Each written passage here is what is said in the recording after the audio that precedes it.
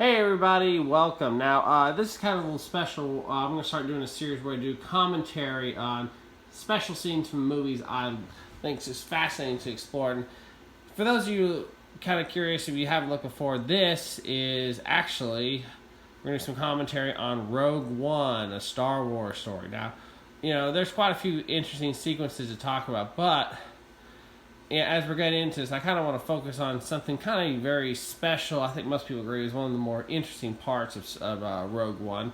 And it's not this section here, although I do like this. I always like having a little intro. Here's where we're getting to what I think is one of the most talked about sequences in the movie, which is the visit to Vader's fortress. Now, as you can see here, this is Mustafar. Now, if anybody remembers, Mustafar is, of course, where Anakin Skywalker fought, well, what would be left of Anakin Skywalker. Obi-Wan cut off his remaining limbs and left him to burn to death by the lava. By partially the force of the Sith, but also just by sheer luck, he didn't completely die. Emperor rescued him in time, and now he's in a pretty bad physical shape. So one of the things I love about the sequence is we see this great nice fortress, and this bit, which I think is one of the most interesting out of all, which is probably the most grounded, realistic take on what Darth Vader would do every day. He lives in a bacta tank, and I like the fact he's got two royal guards. He's got this guy also. This guy's kind of like his emissary, maybe his mother. I've got the sound down, so we don't need to go over the dialogue. But essentially, this guy said, "Hey, Director Krennic's here." And we kind of briefly see it. Now, it's interesting the guy isn't kind of trying not to look directly at Vader.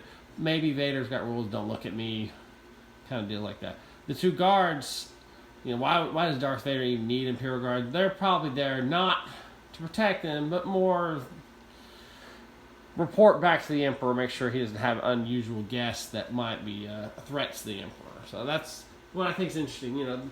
They're there literally for one reason only, to kind of keep the Emperor protected from Vader, for at least from secret plots. If it's fair to say, it's probably Vader's already tried several times to take him out.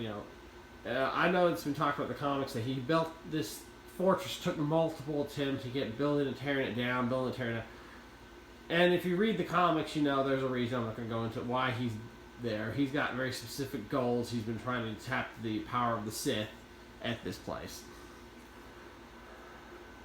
Here, I'm going to turn the volume up just for a little bit.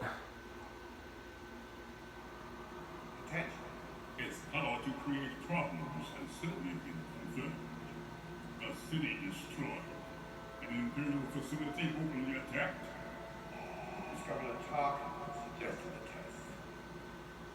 You were not summoned here to problem Director Krennic. No, There is no Death Star. The Senate has been informed that Jeddah was destroyed in a mining disaster. yes, ma'am. I expect you not to rest until you can assure the Emperor that Galen Erso has not compromised this weapon in any way. Now, what's neat about here is obviously we're getting some very careful voice work from James Earl Jones. I like also just the physical acting of the guy in the outfits. Now, that it was wondered if that is Hayden Christensen, but I think it's never been confirmed. But I do love the fact here we get Krennic getting force choked. A normal Vader tactic, but more importantly, just you kind of know it's coming. He's gonna force choke this guy. It's just, but I like the fact that he doesn't choke him at once. He really waits till he says something totally stupid. He's like, seriously, and like I said, and I love how it kind of cuts to this. Now we're back to the Rebels. So, basically, what I love about that whole sequence is we get essentially just the basic bits of what Vader does, and we never will see this again because he'll likely spend the rest of the war off that place. But it's a nice little punishment. Anyway, I hope you enjoyed my little analysis.